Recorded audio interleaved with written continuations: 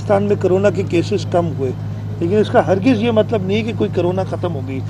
ख़त्म तब होगी जब इसके लिए कोई वैक्सीन और इसका इलाज आ जाएगा। उस वक्त तक हम सब ने एहतियात करनी है। टेस्टिंग पहले से और बढ़ा दी है।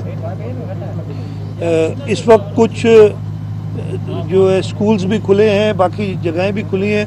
मेरी सबसे यही दरख्वास्त है कि हम सब की बेहतरी इसमें है कि हम वो जो SOPs हैं उसको प्रॉपर तरीके से फॉलो करें।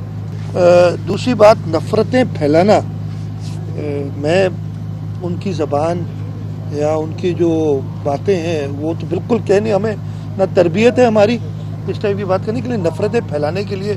जरा उनके स्टेटमेंट्स देख लें कल वाली, और उसके बाद हमने खुद रिकन्सिलिएशन, जो हमारे अपने प्यारे अपने लोग शहीद हुए थे उन लोगों के साथ भी रिकन्साइल किया था ताकि इस मुल्क की बेहतरी हो। तो हम पे ऊपर ये इल्ज़ाम डालना जो है ना, ये मज़ाक का खेज है, और मैं यही कहूँगा कि वो अपनी गिरबान में जाके